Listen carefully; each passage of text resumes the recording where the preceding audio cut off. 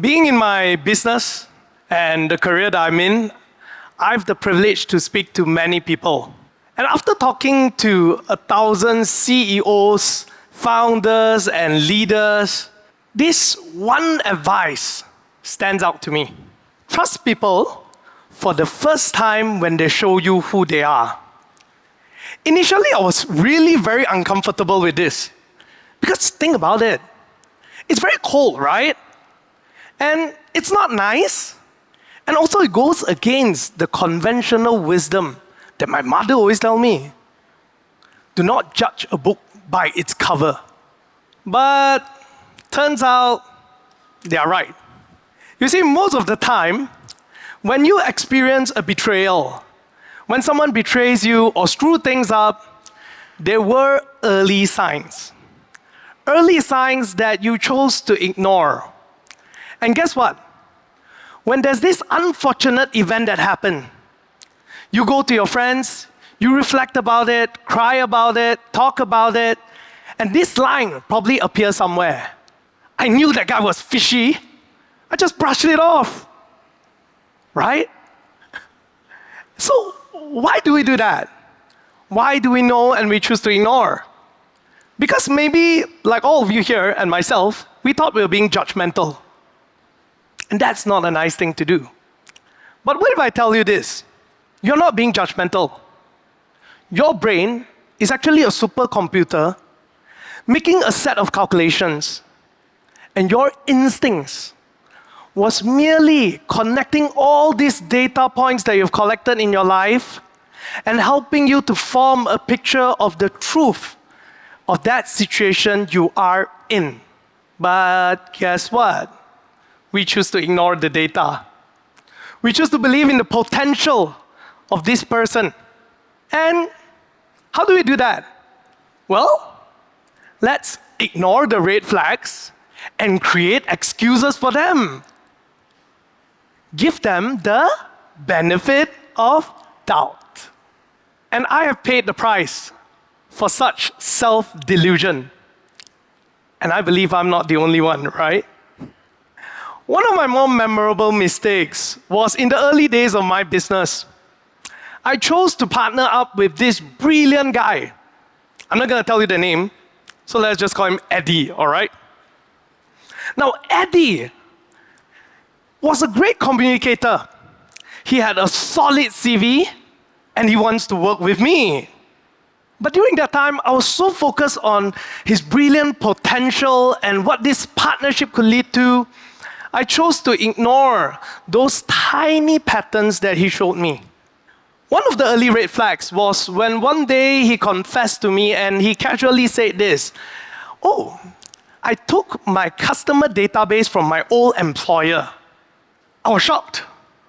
And when I asked him about it, questioned him about it, he said this, "Hey bro, I worked very hard for it. I'm the one who built it up, right? When they betrayed me, well, they hurt me. And I was simply taking back what was mine." Guess what? I had doubts, but I thought to myself, he probably has his reasons, so I chose to give him the benefit of doubt. Couple months later, our partnership ended. Want to take a guess? He stole from me too. Luckily, our company was really small back then, and the losses were not much. And initially, I was really angry at him. How can he do this to me? How can this happen? Why did he betray me? But after reflecting, I realized I should be angry at myself, not him. Because I was the one who chose to ignore all these red flags that he has shown me. I chose not to believe when he showed me who he was. You see, at that moment, I realized one thing. What I called trust was actually gambling.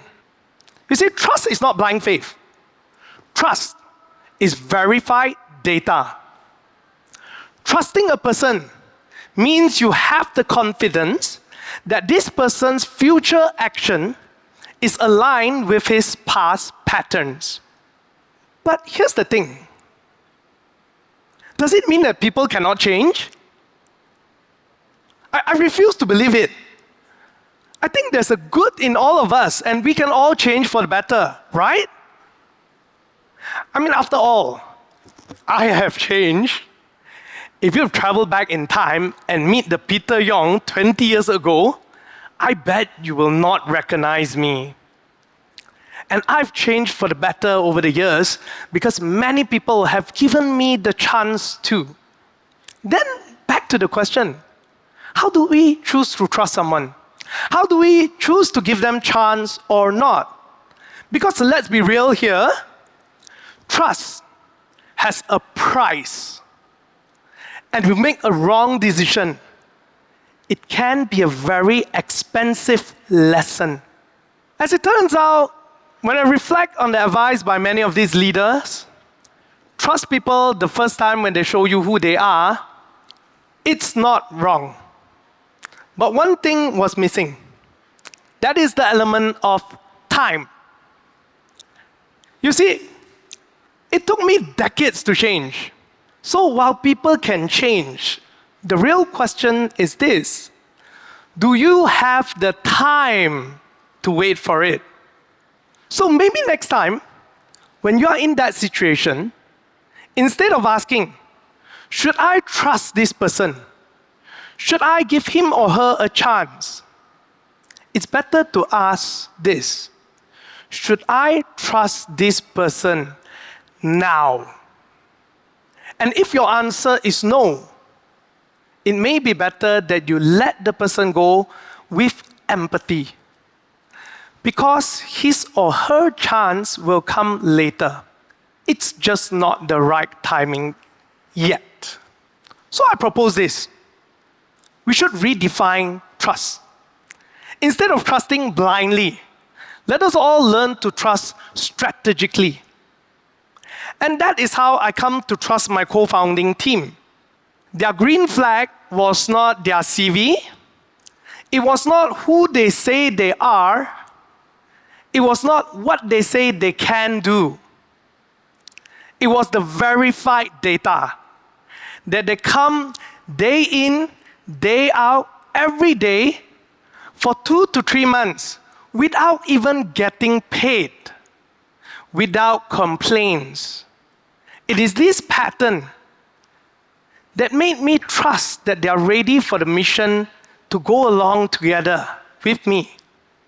So, to end this, I want to propose that maybe it's time that we update that old saying, do not judge a book by its cover.